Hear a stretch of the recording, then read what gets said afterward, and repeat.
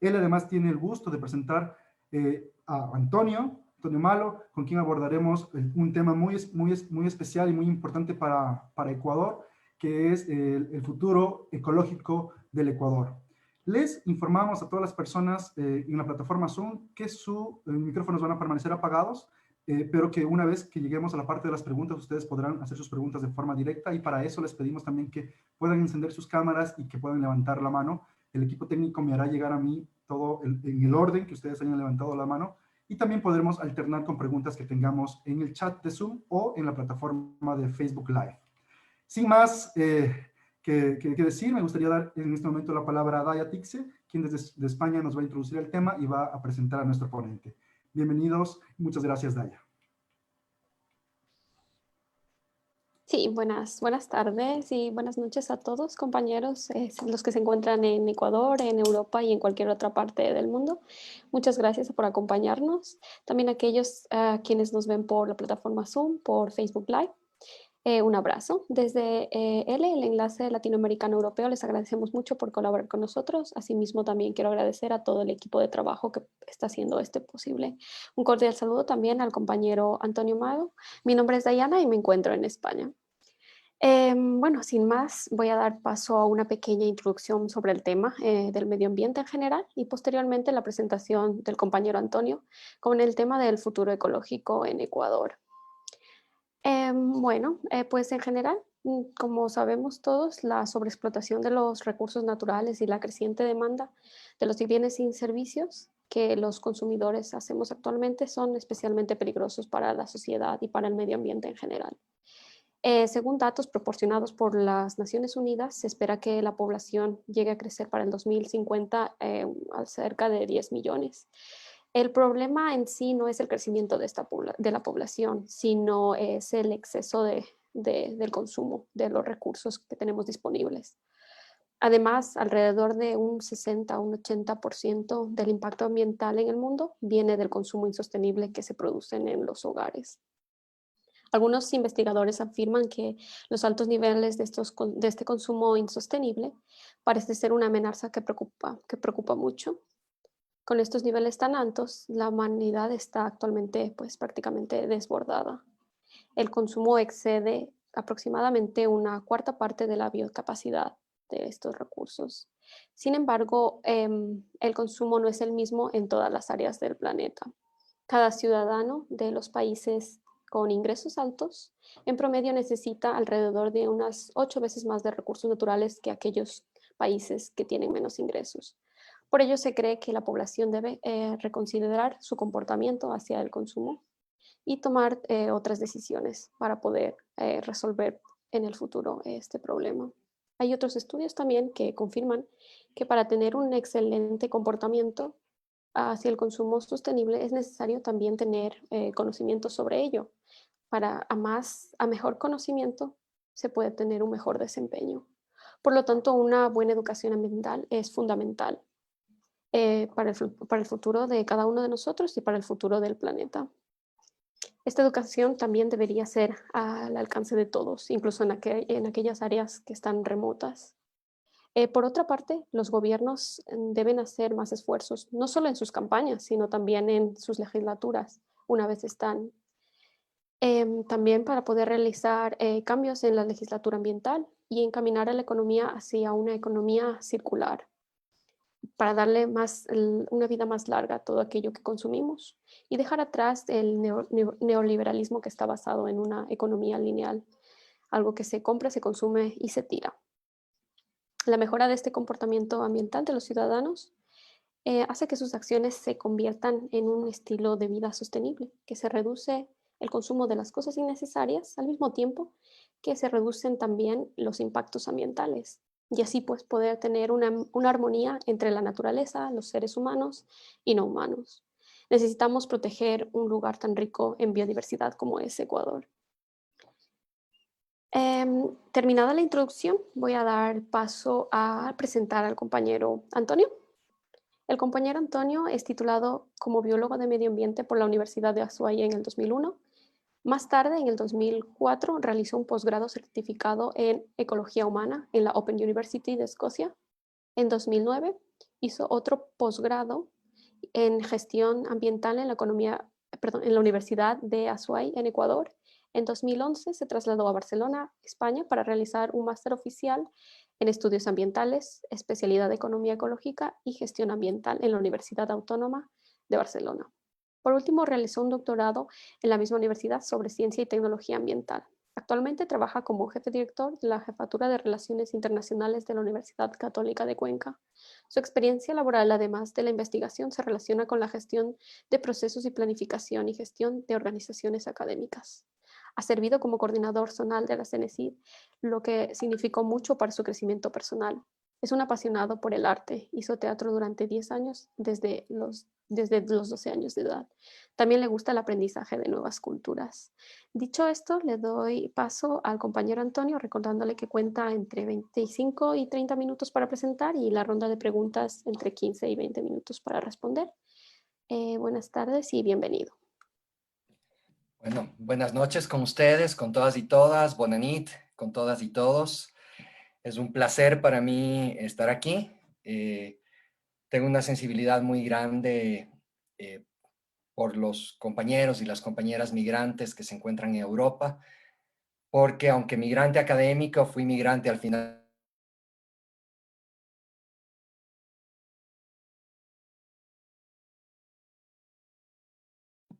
Se apagó el micrófono. Perdón, sí. Les decía que para mí es un placer estar con ustedes, compañeras y compañeros. Tengo una sensibilidad muy, muy grande y una solidaridad muy grande siempre por ustedes, compañeras y compañeros migrantes. Yo mismo fui migrante académico, pero migrante al final.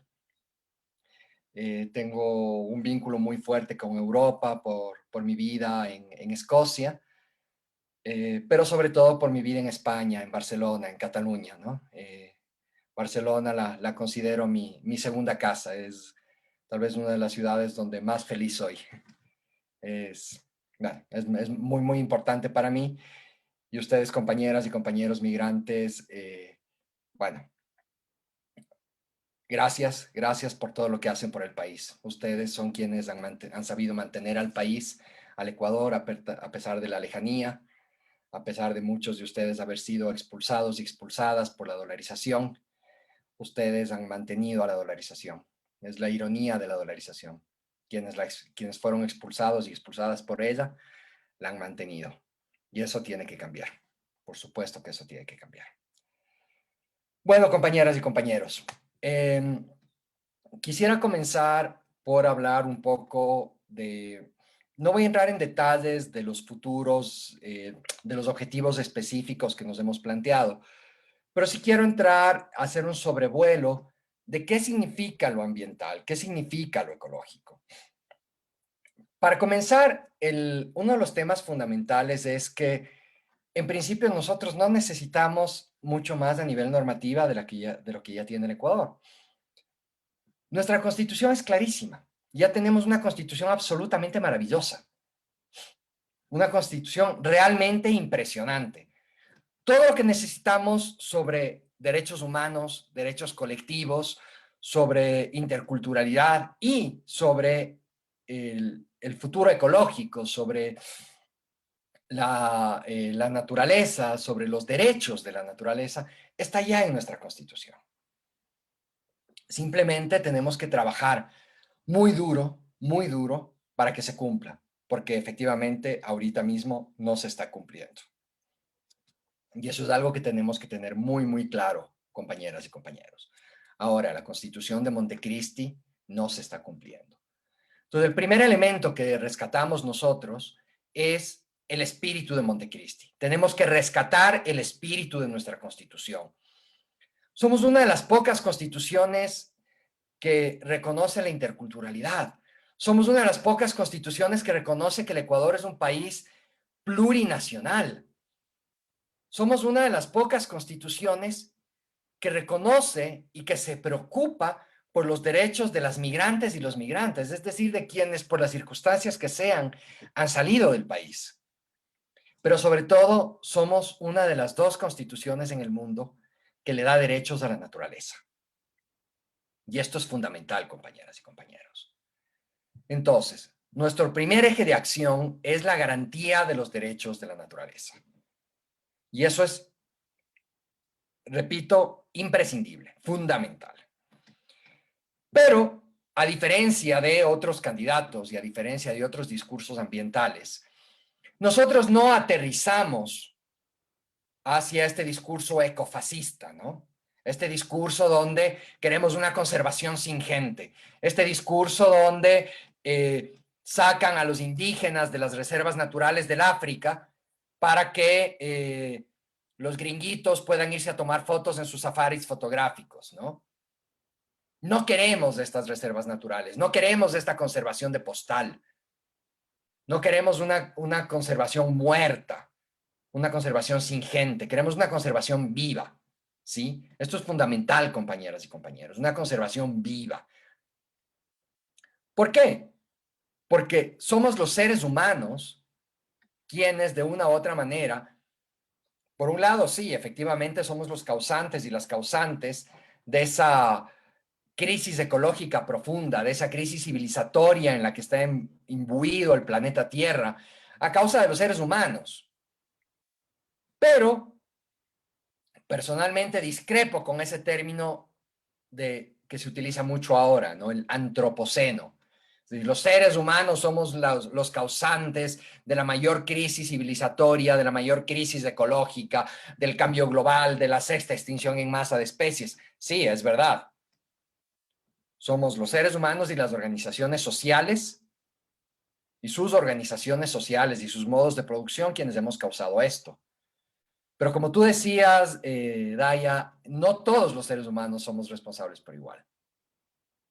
No todos los seres humanos somos responsables por igual. Repito, no todos los seres humanos somos responsables por igual. Entonces, esa fuerza destructiva no es la humanidad. Esa fuerza destructiva es el capitalismo. Y por eso, desde la ecología política, le llamamos capitaloceno, no antropoceno. El capitalismo es una fuerza geológica, o ha llegado a los mismos niveles de poder de una fuerza geológica que es capaz de destruir el planeta Tierra y su vida. Entonces, desde la ecología política le llamamos capitaloceno, no antropoceno. Sí, esto es muy importante, compas, muy importante. Pero bueno, más allá de esto, repito, la naturaleza, el sistema ecológico, es la base sobre la que existimos. ¿Sí? Cuando abrimos la llave de agua, esa agua no viene, por supuesto, es transportada por las tuberías, pero su origen no está en las tuberías. Su origen, bueno, en el caso de Barcelona, está en abajito de la planta de desfogue de las aguas residuales, del tratamiento de las aguas residuales, pero más allá de eso, esta agua viene del sistema ecológico, viene del río, ¿no? Ojo, el agua que se desfoga en el Llobregat, de donde se toma el agua en Barcelona, está ya tratada, ¿no? Ojo, no es que salen las aguas, es agua ya tratada. Sí. Lo que sucede es que en España hay una normativa muy interesante. Está prohibido reutilizar las aguas que han sido ya tratadas. Entonces, lo que han hecho en muchos lugares de España, no solamente en Cataluña y en Barcelona, es ponen los desfogues de las plantas de tratamiento un poco más arriba, aguas arriba, de la toma de agua para el agua potable. Entonces, con eso cumplen con la norma, pero pueden reutilizar y trabajar en economía circular, ¿no? Es agua súper bien tratada, es decir, no hay ningún problema de salud derivado de eso. No es un riesgo para la salud humana. Pero bueno, entonces, cuando abrimos la llave de agua, el agua viene de la naturaleza, viene del sistema ecológico. Cuando respiramos, el oxígeno viene de la fotosíntesis de las plantas, del sistema ecológico. El suelo en el que cultivamos viene de procesos ecológicos. Entonces, los seres humanos dependemos todavía directamente de la naturaleza. Y es por esto que la naturaleza debe tener derechos. Por supuesto, por su simple derecho de existir, pero también por un asunto absolutamente práctico. Sin un sistema ecológico saludable, los seres humanos no podemos vivir, no podemos existir. ¿Sí? Entonces, es en ese contexto que nosotros planteamos una recuperación del futuro ecológico, construir un Ecuador sustentable, un territorio sustentable, pero con la gente. ¿Sí? Toqué el tema del capitalismo no solamente para despotricar en contra del capitalismo, porque además me encanta hacerlo y me siento muy contento cuando despotrico en contra del capitalismo, sino además porque el capitalismo conduce a, y sobre todo el neoliberalismo, hacia la injusticia social. Todos quienes vivimos en el Ecuador durante la primera década del siglo XXI, en el año 2000, 2001, recordamos lo que fue esa crisis. Todos quienes estuvimos en España entre el 2009 y el 2015, sabemos lo que es el capitalismo salvaje, ¿no es cierto? Cuando tienes casas sin gente y gente sin casas, ¿sí? Como dice el compañero Rafael Correa Delgado. Tener casas sin gente y gente sin casas, ¿no es cierto? Y cuando la gente es expulsada de sus hogares por no tener para pagar los créditos y luego le expulsan de su hogar, tiene que pagar el crédito todavía y encima buscarse dónde más vivir, ¿no? En fin, entonces estos son derivados del capitalismo. El capitalismo conduce a la inequidad y a la injusticia, ¿sí? Entonces, no podemos hablar de sustentabilidad ecológica sin hablar antes de justicia social o sin equiparar a la justicia social con la sustentabilidad ecológica. ¿Y por qué hago énfasis en esto? Porque generalmente el discurso ambiental se olvida de la gente y se olvida de la justicia. Aquí en la ciudad donde vivo, en Ecuador, en Cuenca, tenemos un parque nacional maravilloso. Es uno de mis sitios favoritos sobre el planeta Tierra. Se llama el Parque Nacional Cajas. Y la ciudad de Cuenca toma agua del Parque Nacional Cajas. El Parque Nacional Cajas es un humedal de importancia internacional, tiene 232 lagunas, cuerpos de agua, en fin. Pero resulta que la gente que vive en los alrededores del Cajas no puede producir. No puede producir porque hay que conservar esa área para garantizar el agua para Cuenca. Por supuesto, todo eso está respaldado por el discurso de que vamos a conservar la biodiversidad por el bienestar de la humanidad, ¿no es cierto? Por el bienestar de la humanidad.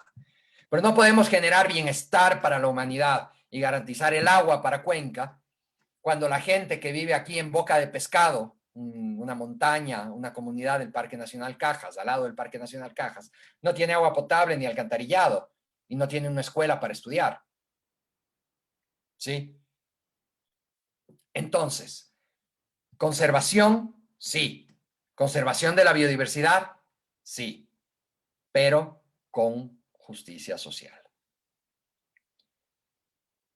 El otro elemento indispensable es, por supuesto, tenemos que alinearnos con lo que discute la sociedad humanitaria, la ciudad global, ¿no? Perdón, lo que discute la humanidad de manera global. Y esto es la Agenda 2030, los Objetivos del Desarrollo Sostenible, los 17 Objetivos del Desarrollo Sostenible. Entonces vamos con, hasta ahora, 3 ejes, ¿no? El espíritu de Montecristi, los 17 Objetivos del Desarrollo Sostenible y conservación, garantizar los derechos de la naturaleza, pero con justicia social. El cuarto eje indispensable es el ordenamiento territorial. O sea, ya tenemos que ir aterrizando las cosas, ¿no es cierto? Es un discurso muy lindo hablar de Montecristi, es un discurso indispensable hablar de Montecristi, igual que es un discurso indispensable hablar de justicia social y hablar de los objetivos del desarrollo sostenible, pero todavía esto es muy abstracto. ¿Cómo lo aterrizamos al mundo real? ¿Cómo lo aterrizamos a la vida cotidiana de la gente? Y esa es la pregunta clave. El primer paso para hacerlo es planificación territorial y ordenamiento territorial. Un ordenamiento ligado y atado al agua. ¿Sí? Esto significa recoger los temas, por ejemplo, de la gestión integral de cuencas hídricas.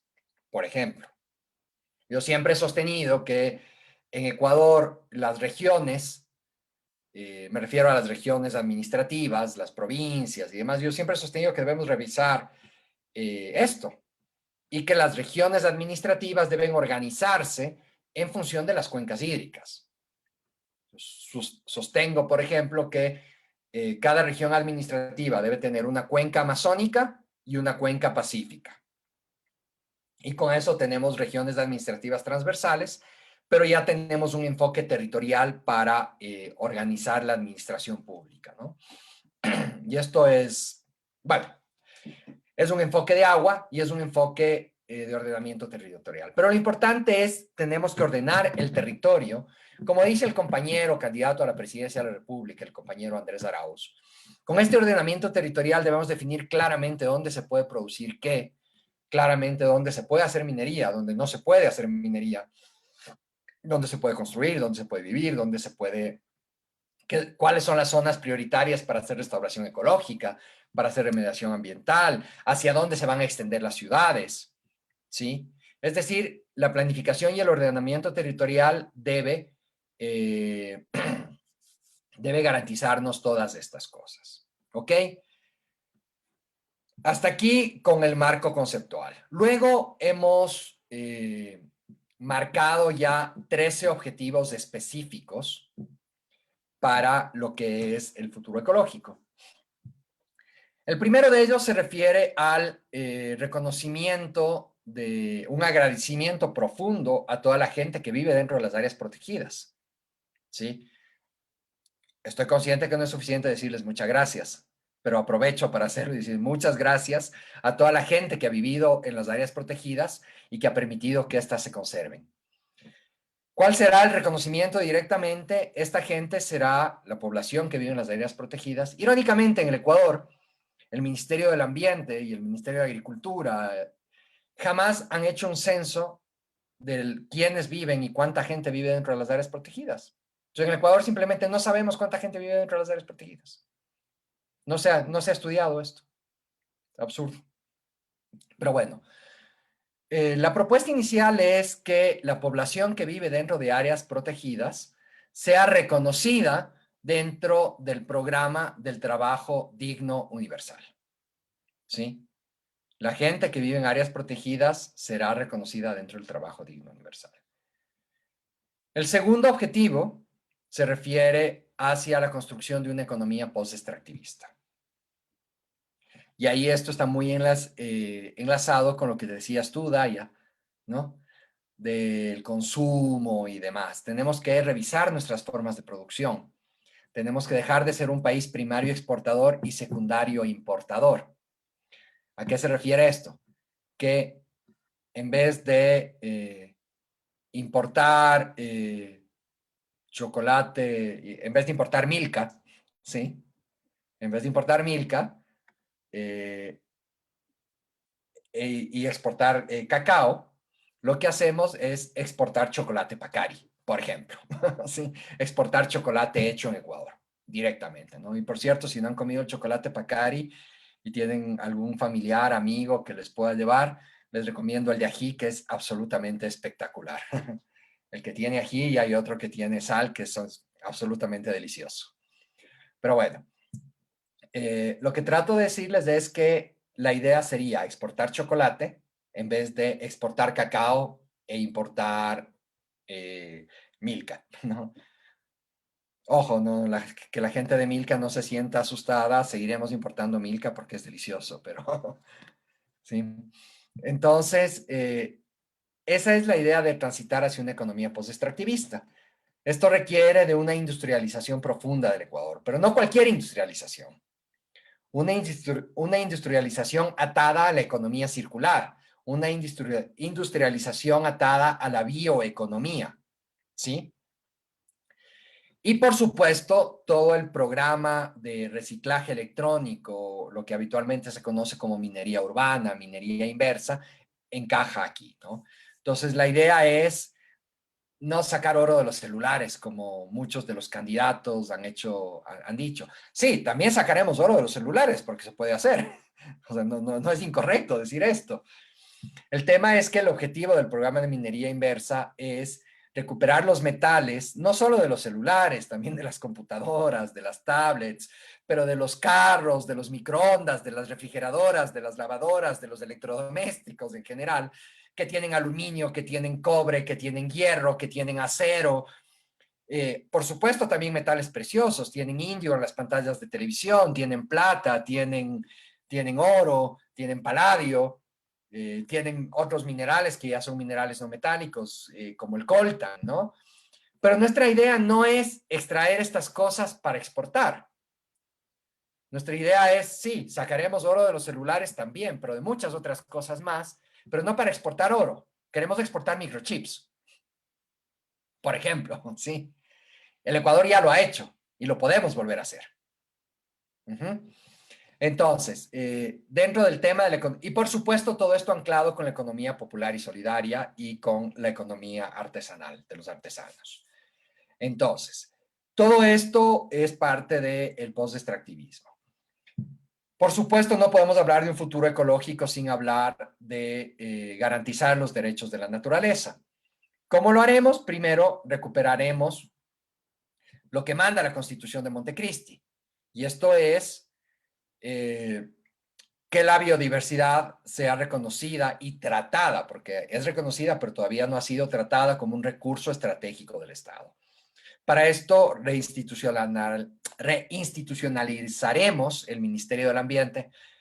Perdonen, estoy con un poco de migraña y porque estoy con una buena sinusitis y me estoy trabando un poco. Mil disculpas por eso. Comenzaremos por una reinstitucionalización del Ministerio del Ambiente.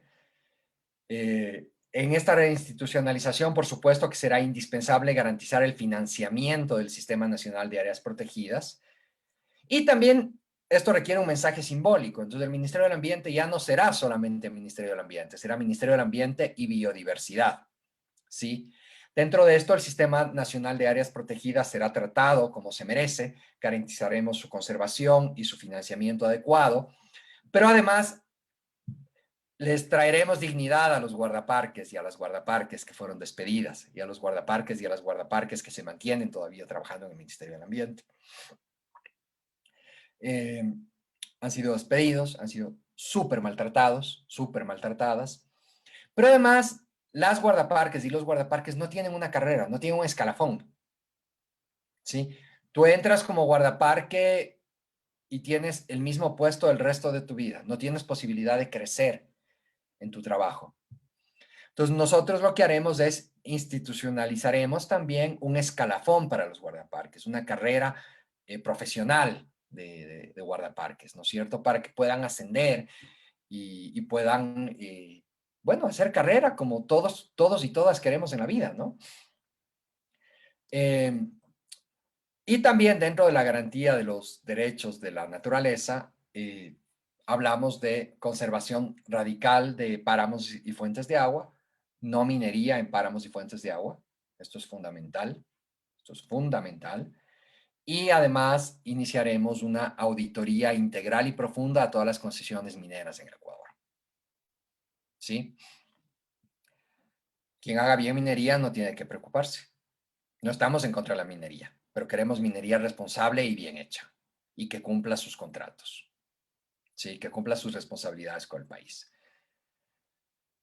Dentro de este esquema también, y dentro del esquema de la lucha contra el cambio climático y de la lucha contra la pérdida de la biodiversidad, contra la sexta extinción en masas, contra el ecocidio, que le hemos llamado, iniciaremos también un macro programa de restauración ecológica en todo el país y un macro programa de remediación ambiental.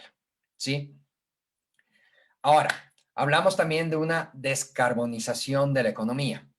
No solamente dejar de usar combustibles fósiles para la movilidad, sino también para muchos otros aspectos, ¿no? Para la producción agrícola, por ejemplo, a nivel fertilizantes, herbicidas, insecticidas, pesticidas, son derivados del petróleo. Pero no podemos pensar en una descarbonización de la economía sin antes de hablar de una planificación energética progresista. No podemos hacer esto sin hablar de una planificación energética progresista. Una planificación energética progresista y profunda. Entonces, tenemos que recuperar la planificación energética en el Ecuador. Tenemos que recuperarla. Porque ahora mismo no podemos saber si tenemos suficiente electricidad, por ejemplo, para todos los carros que existen en el Ecuador, en el caso de que quisiéramos cambiar a un sistema de movilidad eléctrico. O si el parque automotor de vehículos eléctricos va creciendo en el Ecuador, ¿cuánto puede crecer al año? ¿O cuánto debe de crecer al año? ¿Sí? Para todo esto necesitamos una planificación energética para saber cuánta electricidad podemos dotar a la industria, cuánta electricidad podemos dotar, de cuánta electricidad podemos dotar a los hogares, en fin. O sea, todos estos elementos tienen que estar juntos. Entonces, no podemos hablar de una planificación, de una descarbonización de la economía sin hablar de una planificación energética. Y, por supuesto, el tema de la justicia social, compañeras y compañeros. ¿Sí? Los problemas ambientales no son ambientales. Los conflictos socioecológicos no son conflictos solamente ecológicos, son conflictos sociales. Son conflictos, como he dicho antes, derivados de la inequidad y de la injusticia. Entonces, tenemos que revisar la distribución de la tierra productiva en el Ecuador, tenemos que revisar la distribución del agua en el Ecuador y tenemos que revisar la distribución de la tierra para vivienda en el Ecuador. ¿Sí?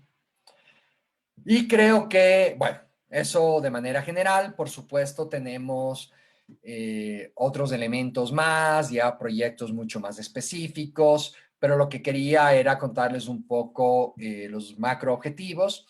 El último objetivo es de estos objetivos que utilizamos los académicos y con los que nos gusta hacernos los, como decimos aquí en Ecuador, los bacanes, los chéveres, ¿sí? Los guays, ¿no? Y es corregir los errores ecodestructivos del mercado. ¿Cómo lo haremos? A través de integración de los problemas ambientales, de los daños ambientales, en forma de pasivos ambientales, tanto en la contabilidad nacional como en la contabilidad de las empresas. ¿Sí? Les agradezco mucho. Fui muy rápido, fui muy acelerado. Me disculpo por ello. Me disculpo si es que no pude explicar bien algunas cosas o desarrollarlas más. En honor al tiempo y a la hora en la que están ustedes, tratado de hacer las cosas lo más condensadas posibles, pero para que sepan, esta exposición habitualmente ir discutiendo todos los objetivos y todo me toma alrededor de 2 horas. 2 horas que ustedes no tienen el día de hoy y 2 horas que estoy seguro que mi hijo me las reclamará mucho después. Entonces, les agradezco muchísimo, compañeras y compañeros. Gracias a L Latinoamérica al Enlace de Latinoamérica por organizar todo esto. Es un honor para mí estar aquí con ustedes. El compañero René Ramírez Gallegos siempre dice que el tiempo es vida en toda su historia, en toda su teoría de la economía del tiempo, ¿no? Él siempre dice que el tiempo es vida. Y al haberme regalado a ustedes estos minutos de su tiempo, me están regalando también unos minutos de su vida y la recibo muy honrado y muy agradecido de corazón. Muchas gracias, compañeras y compañeros. Qué hermoso, Antonio, escucharte, toda tu sabiduría, todo tu conocimiento, todas tus palabras. En este momento, sí, justamente me gustaría que puedas tener unos 15 o 20 minutos más para poder responder algunas preguntas. Muchas gracias y les vamos a pedir, por favor, que puedan hacer las preguntas lo más concretas posibles a nuestra audiencia. También lo pueden hacer llegar por escrito y que puedan, por favor, dirigirse directamente con nuestro ponente. Vi primero levantar a David, luego Marta, luego Santiago. Por favor, David Vázquez, si le pueden dar el micrófono a David, muchas gracias. ¿Aló? Ya. Gracias por la palabra, Antonio. Muchas gracias por tu tiempo. Es súper interesante escucharte y me hubiera gustado escucharte mucho más, pero entiendo lo que en cuestión del tiempo. Tengo muchas preguntas, no las voy a hacer todas, lógicamente, y voy a hacer lo más concreto posible. De los temas que tú hablas, economía circular, minería inversa, de alguna forma están la una igual a la otra por ahí. Hablaste también de la planificación a nivel de las administraciones por regiones, la planificación energética progresista, conflictos sociales, la distribución de la tierra. Y todo súper interesante. Dos preguntas, por favor, por lo menos. La una, dentro de esto del tema de ecología humana, ¿dónde le ven ustedes la parte de planificación urbana? ¿No? Yo creo que si me entiendes en la necesidad en países como Ecuador de qué tiene que ver cuando hablas de conflictos sociales, ecología humana y cómo viven las personas en ciertas partes de las diferentes ciudades o pueblos del país, con una situación, una administración, planificación urbana muy mala. ¿Dónde le dejan cómo la tratan ustedes? ¿Cómo trabajarán con los gobiernos seccionales en este aspecto desde el Ministerio de Ambiente y Biodiversidad? Y la otra es que en todos estos planes que tú acabas de hablar y todos estos temas que tú acabas de tocar, son temas que toman muchos años. ¿Qué es lo que se puede lograr en 4 años de gobierno si es que llegarían a ganar? Gracias. Muchas gracias por tus preguntas, David. Son las dos excelentes preguntas. Mira, bueno, yo no puedo hablar desde el Ministerio del Ambiente porque no soy parte del Ministerio del Ambiente. No soy funcionario público. Tampoco yo apoyo al candidato Andrés Arauz, como es claro, por supuesto. Ideológicamente soy compatible con él, pero no puedo hablar en el sentido si fuéramos gobierno porque yo no soy parte de ese gobierno. Sí, perdón. Entonces, Solamente si es que, perdón, si es que sí. si es que el progresismo o si es que en el caso de los que manejen este tipo de propuestas, desde tu vista, desde tu punto de vista, qué tan real y en cuánto tiempo? Muchas gracias. Entiendo la pregunta, David. Solamente quería hacer esas dos puntualizaciones porque yo no estoy hablando aquí a nombre del candidato. Yo estoy hablando en función de una propuesta de gobierno que ha sido construida de manera muy participativa, pero yo no estoy hablando a nombre del candidato. Yo no puedo tomarme, mis declaraciones son mías. ¿Sí? No son declaraciones ni de la Revolución Ciudadana, ni del progresismo, ni del candidato. Eso quiero que quede muy claro. Ahora sí voy a contestar tus preguntas, David, y perdona que haya tenido que hacer esta puntualización.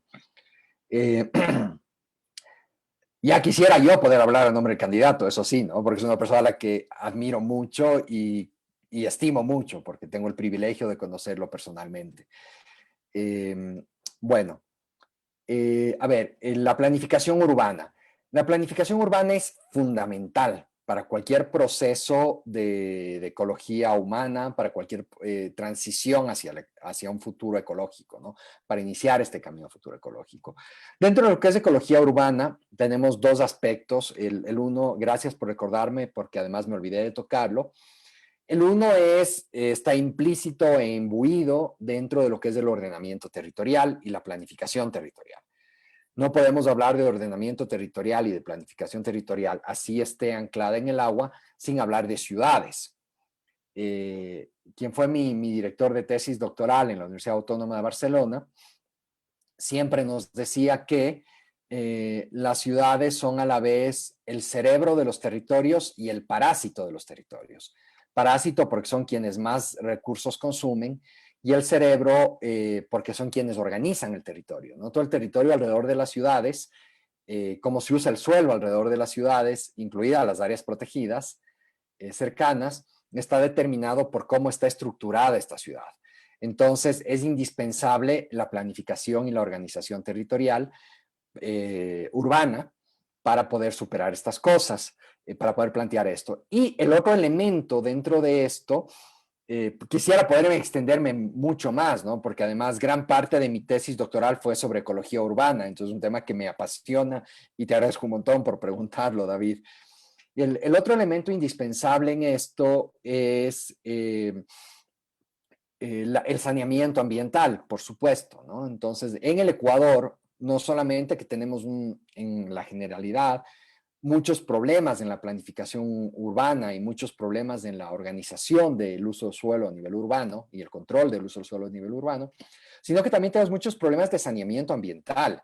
Solo hay que recorrer un poquito el Ecuador, ¿no? Y al hablar de saneamiento ambiental me refiero a disposición de aguas residuales, sobre todo, y también a temas de recolección y gestión en general, no solamente de recolección, sino gestión de los desechos sólidos, ¿no?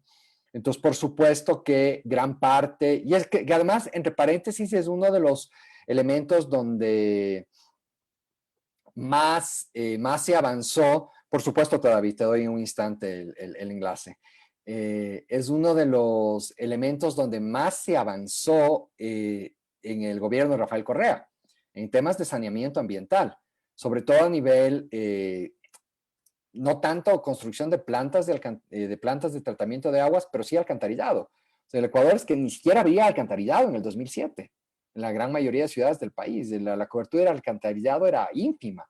Aquí en Cuenca vivimos en un paraíso donde el 98-99% de la población tiene cobertura de alcantarillado y el 85% de las aguas residuales son tratadas en una planta de tratamiento. Pero es la excepción en el Ecuador. La cobertura de alcantarillado en el Ecuador es bajísima. Y los niveles de gestión, de acceso a la recolección de basura también son bajísimos. Entonces, dentro de lo que es mejora de la calidad ambiental urbana, obviamente hay que preocuparse por las cosas súper, hiper prioritarias como son el saneamiento ambiental.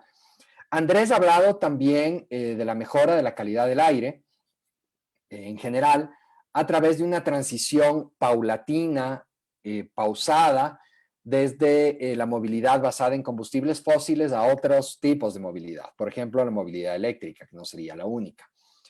Y eso se traduce directamente en una mejora directa de la calidad del aire. ¿Qué podemos hacer en 4 años?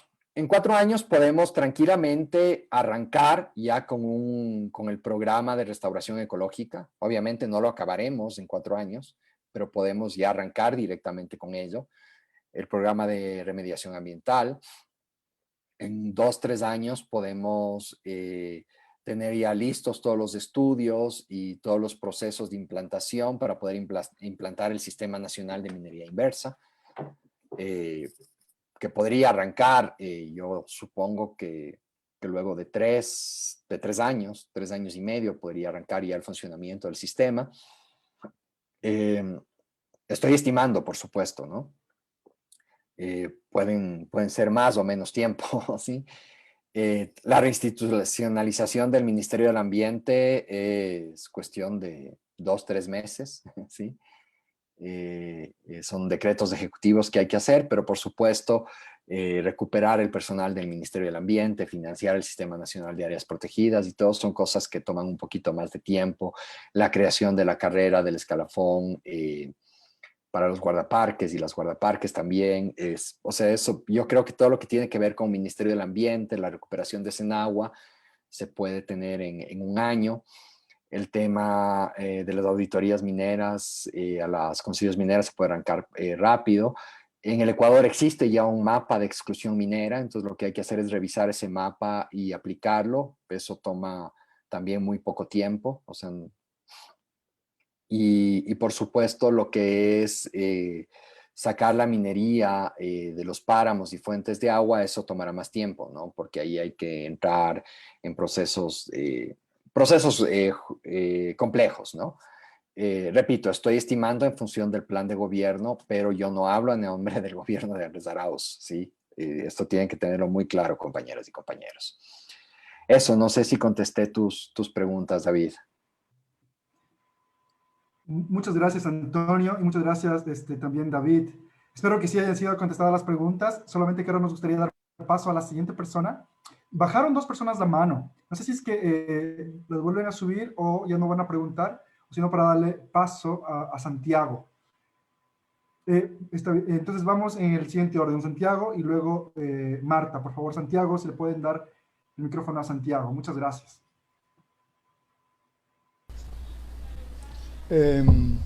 Hola Antonio, hola a todos. No sé si me escuchan, espero que sí. Muy Eh, bien, Santiago. Muchas gracias. Yo tengo dos preguntas. Entiendo, obviamente, que tú hoy no eres gobierno, de hecho, todavía, y digo todavía porque confiamos en que esto acabe rápido, esta pesadilla que está viviendo el país. Ni siquiera Andrés es gobierno todavía. Pero eh, el desarrollo es como que una marca que se ha vendido y que es parte de lo que recolecta votos. O sea, se habla de que el país dejó de crecer, dejó de desarrollarse durante estos años, estos 4 años de pesadilla. Y, pero es como cuando ocurrió el fenómeno Florinda. O sea, la gente si no compraba un celular no sentía que, que el beneficio le estaba llegando. Cuando por las crisis del 2015-2016 dejó de comprar, comenzó un poco a ponerse tensa la cosa, ¿no? Ujú. Entonces, una pregunta es, entiendo que no es políticamente correcto, hablando del político en campaña, pero yo pienso, y pido tu opinión ahí, que la conservación del planeta viene por un esquema de decrecimiento, no crecimiento del consumo, decrecimiento en todos los sentidos.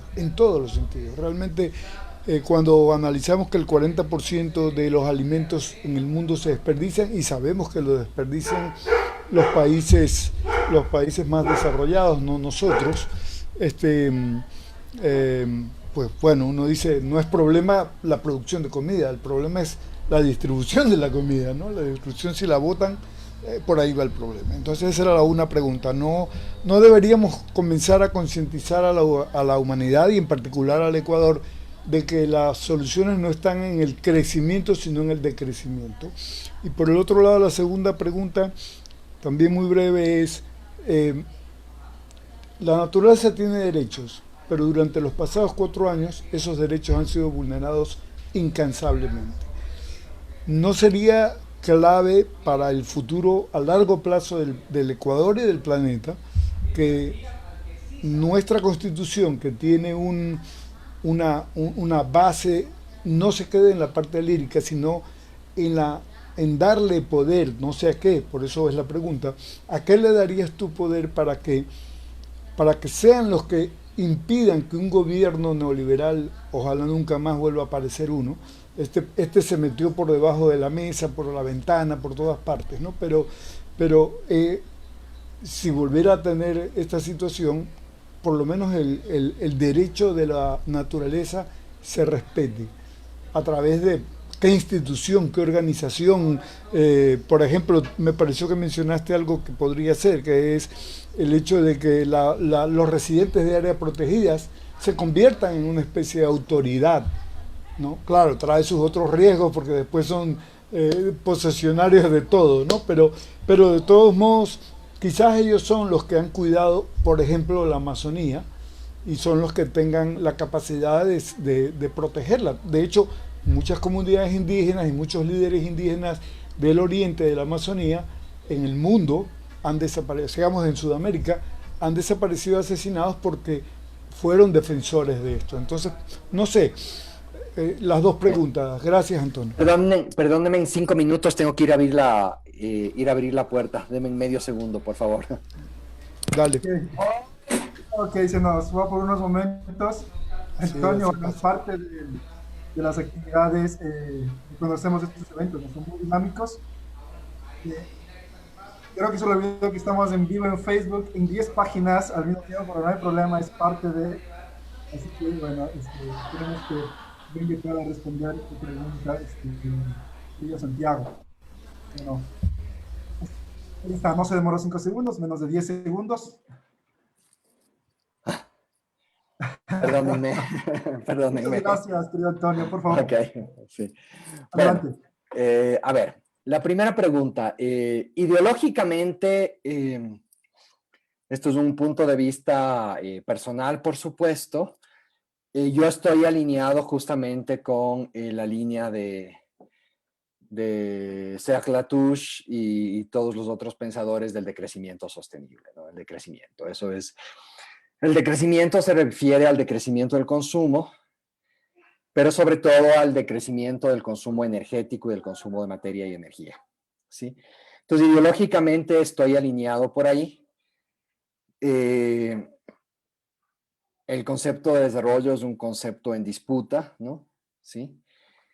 Pero también soy muy consciente de que para poder transitar hacia esa sustentabilidad tenemos que pensar en otras economías, tenemos que pensar en otras formas, pero mientras tanto tenemos que caminar este camino en el contexto de la lógica del desarrollo y en el contexto de la lógica del mundo en el que estamos insertos y del que no podemos salir, ¿no es cierto? Entonces, en ese sentido, este es mi punto de vista personal, por supuesto, creo que la vía a la transición va por una construcción del estado de bienestar a través de una lógica económica más bien keynesiana o neo-keynesiana, ¿sí?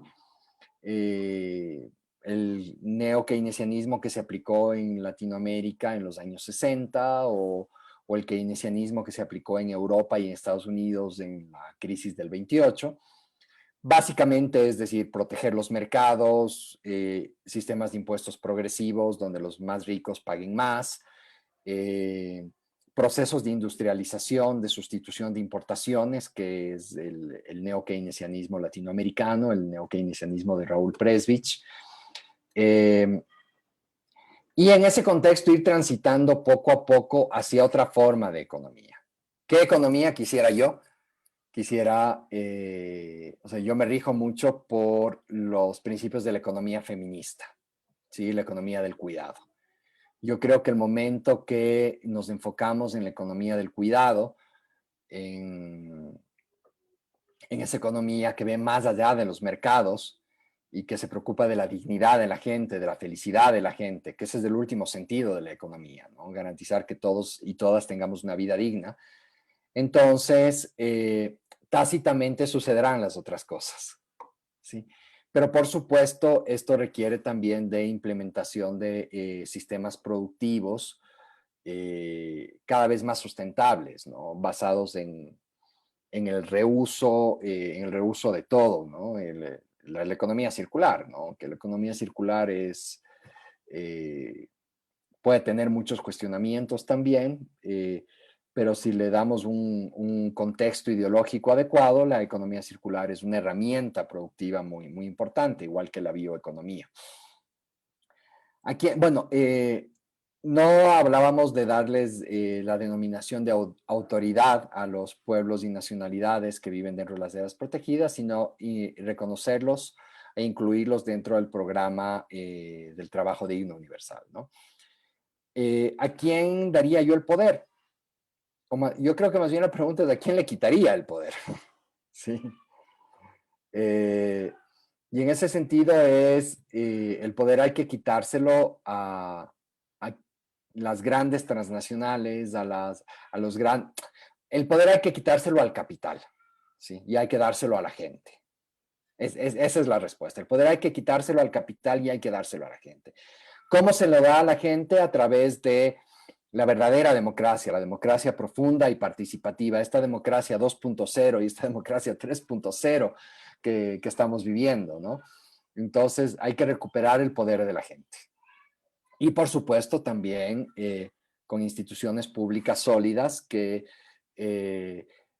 pongan por encima a la vida humana y a todas las formas de vida sobre el capital, ¿no? Es decir, donde un sistema de vida y de organización en el que la vida esté por encima del capital. Quitarle el poder al capital y dárselo a la gente. Esa es para mí la respuesta. Muchas gracias, Santiago. Muchas gracias, Antonio. Marta, por favor, está a la cola. Le pedimos también a la siguiente persona que está levantando la mano que por favor pueda poner su nombre. En este momento lo podemos ver como torneo de fútbol. Si lo puede poner su nombre para poder presentarse. Marta, por favor, adelante.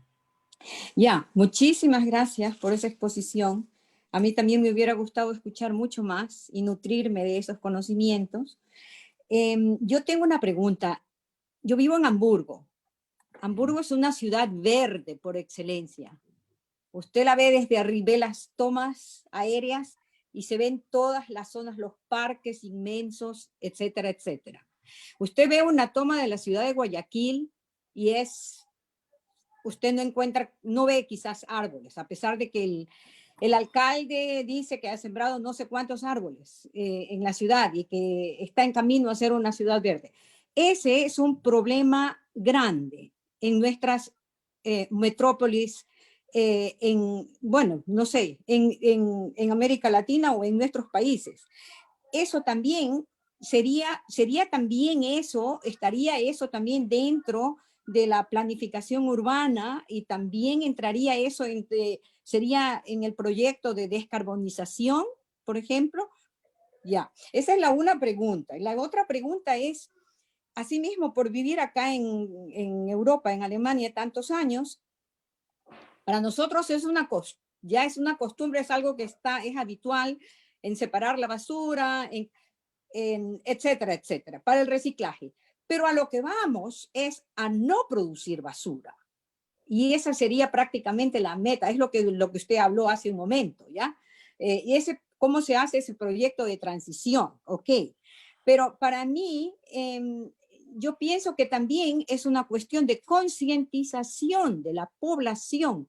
¿Cómo pueden haber programas para dar conocimiento a la gente? Porque la gente no piensa, incluso también empezando por los restaurantes, ¿qué cantidad, toneladas de basura se producen que se podrían impedir, por así decirlo? Pero eso, ¿cómo se puede trabajar eso en nuestros países, en nuestro país concretamente como el Ecuador? Porque yo lo veo tan distante. Bueno. Ok, ¿eso es todo, Marta? Sí, gracias. Muchas gracias. También, bueno, estoy encantado con el nivel de preguntas que están haciendo. Estoy muy feliz. Muy buenas preguntas todas y todos, y muy buenas preguntas, Marta. Muchísimas gracias por eso. A ver, el tema del verde urbano es fundamental. O sea, incluso hay muchos estudios que muestran que las ciudades que tienen más biodiversidad, es decir, que tienen más verde, son ciudades menos violentas. Hay una relación directa entre la violencia de la ciudad y las tasas de biodiversidad. Y usted sola respondió la pregunta, Marta. Por supuesto está dentro del tema del ordenamiento territorial, y por supuesto que está dentro de la descarbonización de las ciudades. Pero tenemos que ir mucho más allá de eso. Tenemos que construir políticas específicas desde el Estado, por ejemplo, incentivos a los gobiernos autónomos descentralizados para que vayan incrementando su verde urbano, ¿no? Entonces, estoy suponiendo, estoy inventándome ahora mismo cosas, no son cosas que se hayan discutido, o bueno, hay muchas posibilidades de ejecución, pero se puede hacer a través de incentivos, ¿no? Incentivos, por ejemplo, incentivos y sanciones, ¿no? Si vemos que una ciudad se está reduciendo el verde urbano, se encuentran los caminos para la sanción. Si vemos que está incrementando, se encuentran caminos para incentivar, ¿no? Esto, pues generalmente los incentivos económicos funcionan muy bien en este sentido, y los desincentivos económicos también funcionan muy bien en este sentido. Sin embargo, por supuesto que hay que hacer un trabajo muy profundo no solamente de concientización, sino de activación, ¿no es cierto? Es recuperar el poder ciudadano, ¿no es cierto? Recuperar el poder ciudadano. Y respecto a los temas de clasificación de basura y todo, efectivamente somos los hogares quienes producimos basura. O sea, pero una parte mínima de la basura. La mayor cantidad de la basura se produce en el comercio y en el sector productivo. ¿Sí? La basura que se produce en los hogares es ínfima en comparación con la que se produce en el comercio y en el sector productivo. Sin embargo, en un país, siendo muy realistas, en un país como en el Ecuador, donde vivimos, o la gran mayoría de la población vive al día, ¿sí? Me refiero con la platita, con kushki para el día. Es muy difícil pedirle a una persona que compre cosas con menos empaques y demás cuando las cosas con más empaques son más baratas. Sí, en el centro comercial, en el supermercado, ¿no? Es muy difícil pedirle a alguien que vaya y compre productos orgánicos cuando los productos no orgánicos son mucho más baratos, ¿no es cierto? Entonces tenemos que entrar con esquemas nuevamente de políticas públicas económicas que desincentiven el consumo de cosas con más empaques, ¿sí? Y ahí solito el sector productivo va dejando de consumirlas. Hay un ejemplo muy lindo no me acuerdo en qué ciudad de Cataluña es en la provincia de Barcelona, sí, pero no me acuerdo la ciudad, donde pusieron, bueno, se hace recolección de basura puerta a puerta, ¿sí? No tienen estos contenedores que hay en Madrid, que hay en Sevilla, que hay en Barcelona mismo, sino la recolección de basura es puerta a puerta. Y si es que la gente no saca la basura en las fundas de basura, en las bolsas de basura que son, le multan, ¿no es cierto? Entonces la gente tiene que sacar la basura en las bolsas que son. Resulta que pusieron un impuesto en la bolsa de basura para sacar el material reciclable. Entonces la gente comenzó a compactar más la basura, ¿sí? Comenzó a compactar más la basura para tener que comprar menos bolsas. Y luego la gente comenzó a comprar productos sin empaques. Entonces, esto significó que los supermercados, Mercadona, Día a Día y todos estos, Eroski, Capravo, en fin, comenzaron a comprar productos con menos empaques, porque los productos que tenían muchos empaques se les pudrían en las vitrinas y la gente no los compraba. Entonces esto significó que los productores comenzaron a producir con menos empaques, ¿sí? Entonces hay un montón de herramientas ya probadas que permiten cambiar los hábitos, ¿no? O sea, lo que siempre, por supuesto, la educación es indispensable, es fundamental la educación, pero siempre tenemos que evaluar qué es lo que de verdad estamos buscando. Y lo que estamos buscando no es que la gente se ponga a hablar de medio ambiente o de naturaleza, sino estamos buscando que la gente cambie sus hábitos, ¿sí? Y esto es indispensable. Entonces hay un montón de herramientas y hay que ir construyéndolas participativamente, ¿no? Pero por supuesto, para todas estas cosas tenemos que trabajar de manera súper integrada con los gobiernos autónomos descentralizados. Desde mi modesto punto de vista, los GATS municipales, los gobiernos autónomos municipales, son claves para cualquier proceso de transformación hacia un futuro ecológico, ¿no? Porque los gobiernos autónomos descentralizados son los que más competencias ambientales tienen, ¿no? Tienen el saneamiento ambiental, tienen el control del uso y ocupación del suelo, tienen el agua potable, el control de las minas y canteras de áridos, de ripio y arena, ¿no? En el Ecuador todo el mundo habla de minería metálica, pero nadie habla de la minería de ripio y arena, que es tal vez todavía más destructiva que la minería metálica. Tienen el control de los cuerpos de agua, de los ríos, ¿no es cierto? Entonces hay que trabajar con los municipios, esto es indispensable. Espero haber contestado su pregunta, Marta. Muy buenas preguntas, muchas gracias. José. Muchas gracias. Muchas gracias, Antonio. Realmente es muy interesante ver esto, cómo van confluyendo estas experiencias desde el exterior, toda la comunidad migrante, al igual que becarios y becarios, como tú y como yo, que también conjugamos en este espacio, imagínate, y además es la segunda generación de todos los conciudadanos, de todos los compatriotas migrantes, como Daya, por ejemplo, que nos encontramos aquí para discutir esto. Porque estamos haciendo patria desde nuestro espacio para darle al país también estas alternativas, esta discusión, que parecería algo muy simple y sencillo, pero realmente es muy profundo. Bueno, no me largo más yo no soy el moderador. Ahora le voy a dar paso a José. Por favor, José, tienes la palabra. Adelante. Por favor, Está no sin, te escuchamos. está sin micrófono, me parece. Por favor, ¿le puedes dar acceso? Ya, ¿Me ahora sí. escuchas? Buenas tardes, moderador. Buenas tardes, Antonio Malo. Yo soy José, soy ingeniero agroalimentario de la Universidad Miguel Hernández de Elche. Actualmente estoy haciendo un máster en innovación de alimentos aquí en Londres, en la Universidad de Greenwich. Sin ninguna duda, sorprendido y muy enriquecedor la charla de Antonio Malo y tengo algunas consultas. Sobre todo cuando yo le escuché a él que hablaba de territorio. Yo entendía que él hablaba de suelo urbano y suelo rústico. Estamos hablando, yo entendí que hablábamos de catastro, como se conoce en España. Uh-huh. Eso lo ha desarrollado la milicia americana. Ya las cuestiones que tenía es que no entendía, Antonio, por qué en pleno siglo XXI no estamos avanzados en tema de catastro en Ecuador y por qué también habiendo software en países desarrollados como Estados Unidos y Europa no hemos adaptado esos software. Y lo último es en cuanto al ecológico, porque estoy últimamente en mi máster desarrollando esas cosas y quisiera saber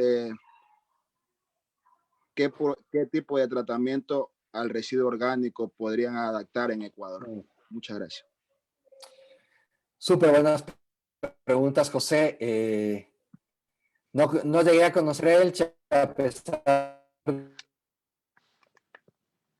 que estás en Londres también. Felicitaciones, es un orgullo, para el Ecuador. Es un Muchas orgullo gracias. para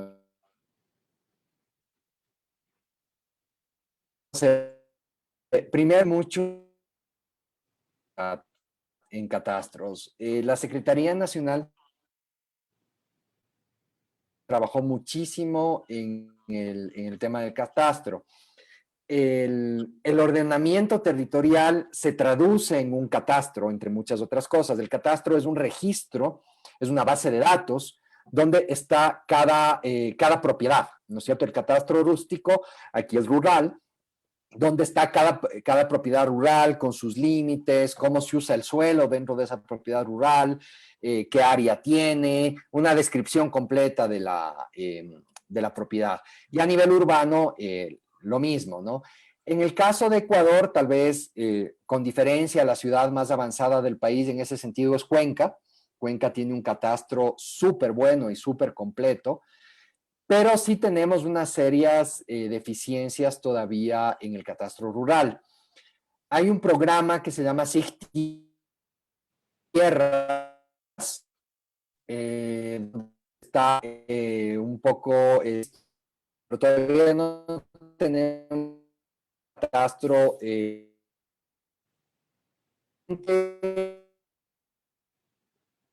autónomos descentralizados. Tenemos aquí en Cuenca se definió el uso y la planificación territorial como una prioridad, digamos, pensando en ciudad, ¿no? Como una prioridad para la ciudad. Y todos los gobiernos municipales desde hace 20 años, 30 años,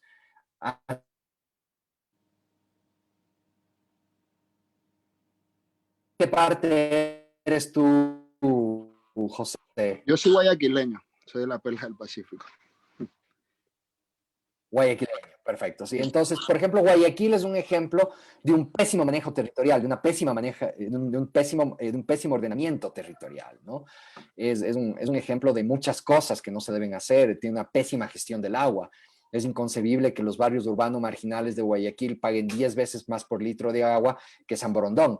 O sea, Por la administración que tenemos, Antonio. Privada, ¿no? Sí. Entonces, el tema del catastro requiere un trabajo muy fuerte con municipios, pero aquí también hay que hacer una distinción. Hay municipios que teniendo los recursos económicos y teniendo las capacidades técnicas de su población, como es Guayaquil, no lo han hecho. Pero se me ocurren un montón de municipios más en el Ecuador, municipios muy pequeñitos con departamentos de planificación territorial, de planificación con 1 o 2 técnicos, municipios que tienen unas condiciones económicas, financieras muy complejas. Entonces, estos municipios, por más que quisieran hacerlo, no tienen las capacidades financieras y no tienen las capacidades de contratar los equipos y el talento humano que se requiere para hacer todo esto, ¿no? Y hay municipios en zonas muy aisladas donde es muy difícil acceder a un talento humano que pueda realizar estos trabajos, porque recordemos que parte de la injusticia de la larga y triste noche neoliberal en el Ecuador significó también que el talento humano se formaba en las grandes ciudades, en Quito, Guayaquil y Cuenca, ¿sí? Entonces, realmente hay una concentración y es muy difícil que alguien se vaya a vivir a un municipio muy chiquito, un municipio que esté muy alejado, por un montón de circunstancias, ¿no? Entonces, parte de todo esto también implica el fortalecimiento de los GATS, el fortalecimiento de los municipios más chiquitos, la mejora de la calidad de vida en las zonas más aisladas del país, para que gente como yo, que encantado de la vida me fuera a vivir en la selva amazónica, si pudiera garantizar una educación con bachillerato internacional para mi hijo, por ejemplo. Entonces, tenemos que trabajar en todas esas cosas, y el gobierno de Rafael Correa ya se lo hizo, ¿no? ¿Cuántas unidades del Milenio tenían bachillerato internacional en el Pangui, ¿no? En una zona hermosísima, preciosa, pero en una zona de la que nadie antes se había preocupado el país. De hecho, justamente ahí es donde le conocí a Andrés, cuando fuimos a visitar el Pangui para establecer ahí una sede de la Universidad Estatal Amazónica, una sede que ahora está funcionando. Entonces hay muchos elementos alrededor del tema del catastro, ¿no? Y la segunda parte de la pregunta, no sé si le pueden activar el micrófono a José, porque no, para poder, me repita la segunda parte de la pregunta, que me emocioné y me olvidé. Por favor, José, adelante, te va a llegar un mensaje. Está con el micrófono. ¿Me escuchan? Sí. Vale, la repito, Antonio. ¿Por qué habiendo software existentes en Ecuador no está desarrollado en esto? O sea, habiendo software en España, en Europa, en América, programas. Okay. Y me preguntabas algo del tema alimentario también, ¿o no? Y la tercera y última era cómo plantearían o cómo sería el tratamiento del residuo orgánico para fomentar energía en Ecuador. Chévere, gracias.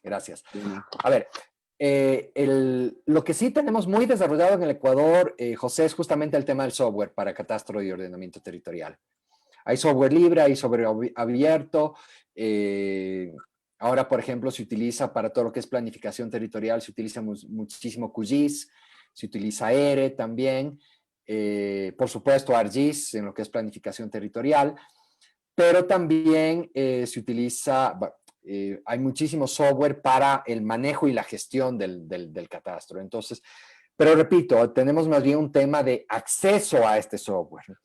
No es que no exista, no es que no esté en el país, no es que no haya talento humano para utilizarlo, sino que los municipios más pequeños del país, que son la gran mayoría, no tienen acceso a este software. ¿Sí? Y finalmente, respecto al tema de los desechos orgánicos, pues ahí podemos sentarnos a hablar un montón. Hay un montón de propuestas. El otro día subieron en la página del plan del futuro ecológico, subieron una propuesta, por ejemplo, para hacer una biorefinería utilizando las aguas residuales. Tenemos propuestas para hacer reactivación productiva, haciendo compostaje, utilizando los desechos orgánicos de las ciudades. Hay propuestas justamente para producción energética a partir de los desechos orgánicos. O sea, hay un montón de trabajo. Me acuerdo que en la Universidad de Cuenca había un proyecto muy interesante para producir hidrógeno a partir de los desechos del banano, por ejemplo. Entonces podemos producir energía también a través de los desechos orgánicos. Hay un montón de trabajo para hacer, ¿no? Mi sueño, uno de mis sueños es que algún día, ojalá en el Ecuador, pudiéramos tener, incluso ya me he inventado un nombre, ¿no? El Instituto de Investigaciones, perdón, el Instituto de Ciencias Aplicadas para el Buen Vivir, ¿no es cierto? Es un sueño personal, ¿no? Es un anhelo personal que ojalá algún día se pudiera concretar, donde podamos hacer todas esas investigaciones para difundirlas en el país, querido José, y aprovechar tu talento y el talento de tantísima gente que hay en el Ecuador para poder desarrollar una verdadera bioeconomía, ¿no? Esto entraría dentro de la bioeconomía. Gracias, Muchas José. gracias, Antonio. Muchas gracias, José. Muchas gracias, Antonio. Realmente el poder compartir tus sueños y tus proyectos es muy alentador. Sabemos que se lo va a poder hacer. Daya Tix se nos ha pedido la palabra y con esto empezamos a llegar al cierre de este evento con Daya y luego pues ya empezaríamos a cerrar. Daya, por favor, tienes la palabra. Buenas noches nuevamente, Antonio. Bueno, yo también soy estudiante de un posgrado en gestión del medio ambiente y a mí estos temas pues me apasionan muchísimo. Mi pregunta está relacionada es concreta, sobre los paneles solares. Aquí en España, por ejemplo, bueno, como sabemos, el sol, la energía solar es un recurso natural ilimitado. Sin embargo, no se hace un buen uso de ello. Aquí en España, los paneles solares cuestan mucho más que la energía eléctrica de las empresas privadas. En el caso de Ecuador, ¿qué tan factible sería poder implantar algo parecido como en las zonas de la costa, sobre todo que hace mucho más sol la mayoría de tiempo del año? Bueno, es eso. Muchas gracias. Y gracias por Muchas gracias, Daya. Bueno, en realidad creo que Diego es mucho más competente que yo para responder esa pregunta. Haré mi mejor esfuerzo en ello, ¿no? A ver, el Ecuador, primero, tenemos que fijarnos en nuestra matriz energética, ¿no es cierto? ¿De dónde viene la electricidad que consumimos? ¿Sí? En el caso del Ecuador, más o menos del 85% de nuestra electricidad proviene de energía hidroeléctrica. Con lo que la matriz energética en general del Ecuador es una matriz que ahora mismo ya está basada en energías renovables.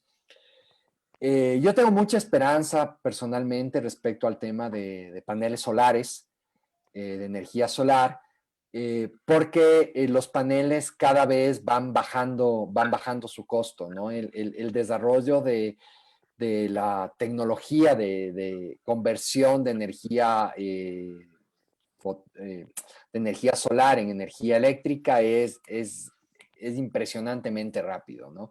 Yo estoy suscrito a una página que se llama Ecoinventos, es una página española justamente, y ahí todos los días te habla de alguna innovación en baterías y de alguna innovación en paneles solares, ¿no? Pues cada vez se va incrementando su eficiencia, su capacidad de captación de energía y creo que bueno, según vayan bajando los costos, esto es viable. Por otro lado, el Ecuador es un país ideal para trabajar con energía solar porque tenemos 12 horas de sol todos los días, todo el año, ¿no es cierto? Además estamos en la línea Ecuador. Entonces, haya nubes o no haya nubes, tenemos siempre sol para captar esta energía, ¿no? Pero sobre todo, la energía solar es una excelente alternativa para electrificar zonas alejadas, zonas aisladas, zonas de muy difícil acceso, ¿no? Un buen amigo mío se llama Paco Vázquez, es ingeniero eléctrico justamente, y él toda su vida se dedicó a llevar electricidad a zonas aisladas, justamente con energía solar y mini turbinas hidroeléctricas, ¿no? Para pequeños cuerpos de agua. Y él se ha dedicado su vida a esto, ¿no? Sobre todo en la Amazonía. Entonces, es viable y es posible.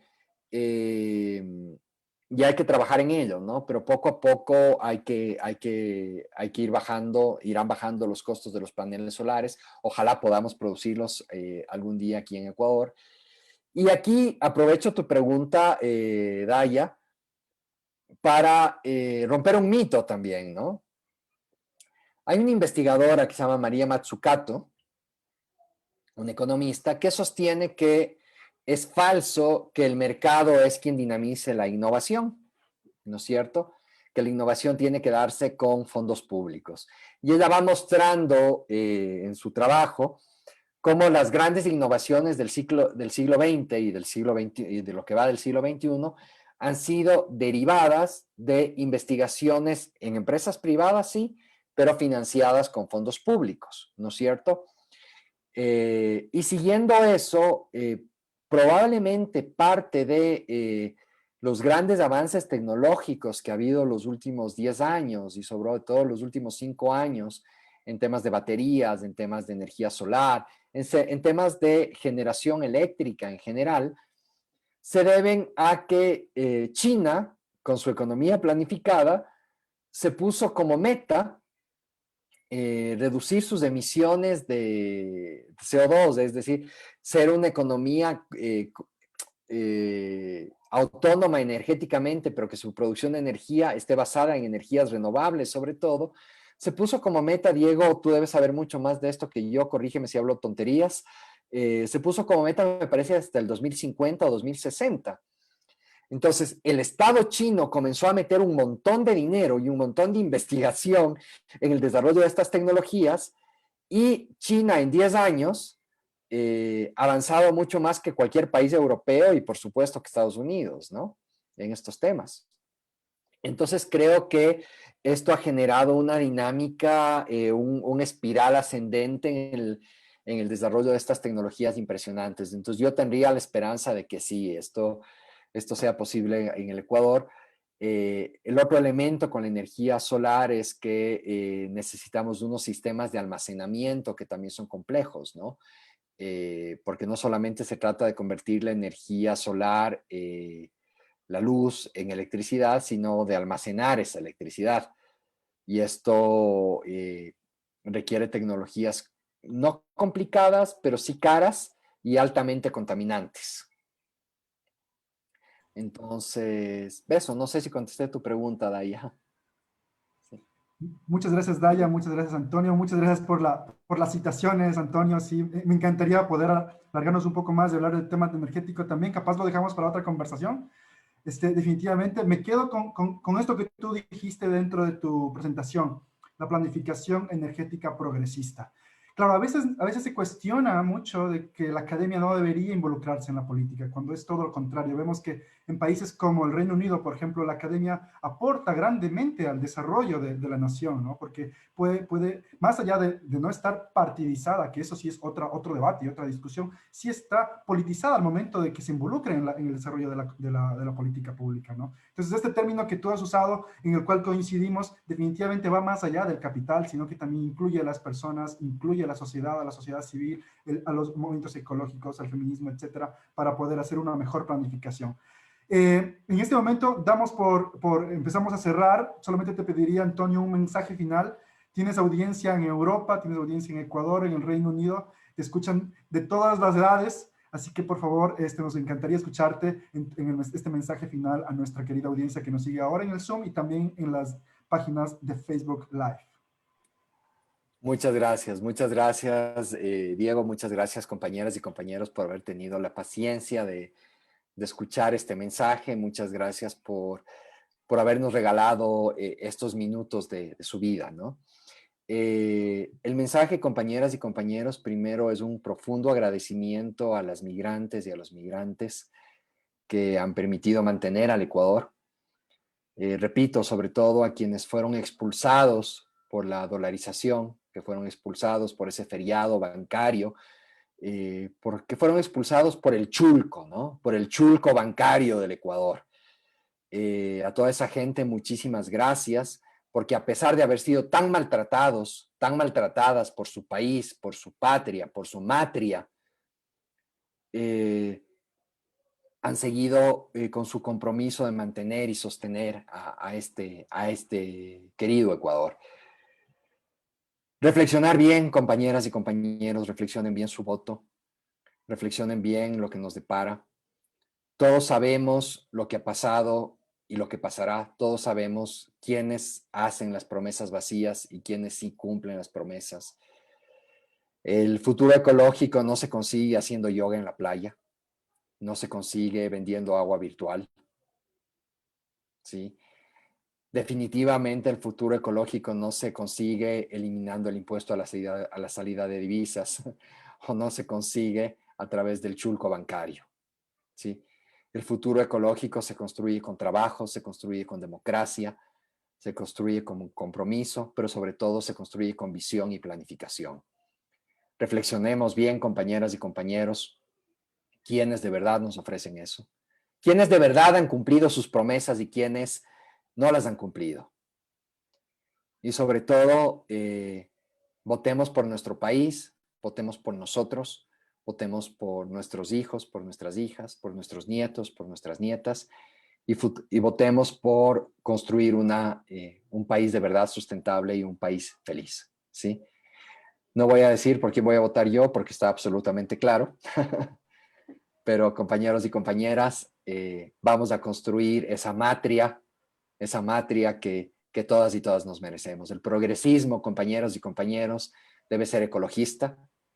No el ecologismo descafeinado del yoga en la playa, ¿no? El progresismo debe ser ecologista, feminista y postcapitalista, postdesarrollista. Vamos a trabajar por eso, todas y todos. Gracias, compañeros y gracias, compañeras. Muchas gracias, Antonio. Qué bien. Muchas gracias por este cierre. Ha sido un gustazo tenerte aquí. Agradecemos a Antonio Malo por su ponencia. Agradecemos a todas las personas que nos siguen en Facebook Live y también en la plataforma Zoom. Este espacio en Enlace Latinoamericano Europeo, versión Ecuador, es un proyecto de migrantes ecuatorianos y latinoamericanos en Europa que tiene como objetivo construir de manera participativa y consensuada un espacio de integración y unión en lo cultural, en lo social y en lo político, con el fin de vigorizar la representación de migrantes latinoamericanos en Europa. La próxima semana estaremos abordando retos económicos y educativos 2020-2030 con el gran Ernesto Nieto, quien estará con nosotros para abordar este tema. Muchas gracias, se abren los micrófonos y nos vemos la próxima semana. Un gustazo. Gracias, Antonio. Gracias a ustedes, compañeros y compañeras. Muchas gracias. Muchas gracias, Diego, también. Muchas gracias. Muchas gracias, Dan. Gracias, hasta la próxima. Muchas gracias. Muy enriquecedor. Muchas gracias. Gracias, compañero. Hasta la próxima. Muchas gracias. Muchas gracias. Adiós. Chao.